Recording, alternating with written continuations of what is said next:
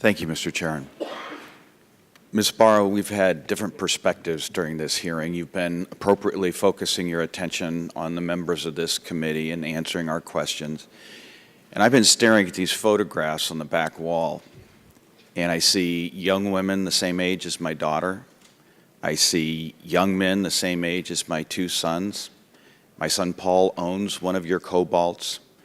I see a young Marine in his dress blues, and I'm reminded of the photograph I have in my office upstairs of my father at the age of 18 in his dress blues at Camp Pendleton. And the focus of this hearing so far has been on GM's commitment to safety, which I think we all agree on is an important topic for this hearing. You testified in your opening, and I think I'm quoting, "Our customers and their safety are at the center of everything we do." And you responded to a question from Ms. Blackburn and told us that you were going to run GM differently than it's been run in the past. And I have a copy of GM's March 18th press release announcing Jeff Boyer as your new Vice President of Global Vehicle Safety. And in this press release, he is quoted as saying, "Nothing is more important than the safety of our customers and the vehicles they drive. Today's GM is committed to this, and I'm ready to take on this assignment."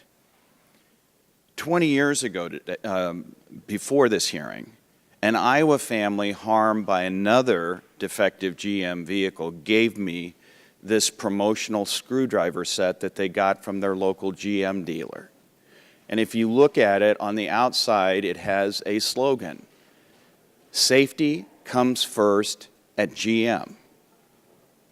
So my question for you, and I think the question that these families back here want to know is, what's changed at GM? Isn't it true that throughout its corporate history, GM has represented to the driving public that safety has always been their #1 priority?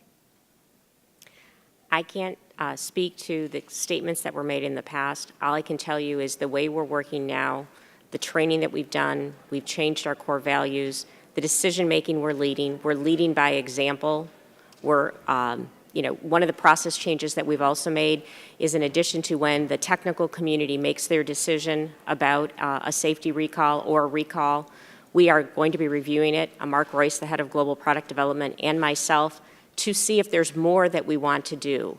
Hasn't the core values of General Motors always been that safety comes first? I've never seen that part before. Isn't it true that throughout the history of the company, it's made representations like this to the driving public as a way of inducing them to buy your vehicles?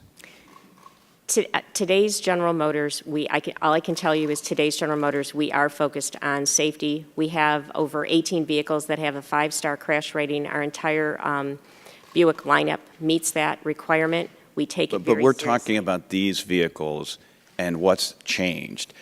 Have you had a chance to read this article in the Saturday New York Times, "A Florida Engineer's Eureka Moment with a Deadly GM Flaw"? I believe I read a portion of that article. Okay, this is an article by a writer named Bill Vlasic. And he wrote in here about an engineer named Mark Hood who was at a loss to explain why the engine in Brooke Melton's Cobalt had suddenly shut off, causing her fatal accident in 2010 in Georgia. Then he bought a replacement for $30 from a local GM dealership, and the mystery quickly unraveled. For the first time, someone outside GM, even by the company's own account, had figured out a problem that it had known about for a decade and is now linked to 12 deaths.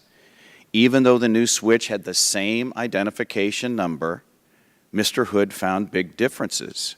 And then the article continues, "So began the discovery that would set in motion GM's worldwide recall of 2.6 million Cobalts and other cars, and one of the gravest safety crises in the company's history." Do you agree with the author that this is a grave safety crisis in the history of General Motors? I've said that this incident took way too long. It is not acceptable, and that's why we're making radical change to the entire process, adding more resources, naming a vice president of global vehicle safety who is tremendously experienced and of the highest integrity. And we will continue to make process changes and people changes as we get the results of the Mr. Valukas investigation, and we will take all of those recommendations and we will make changes.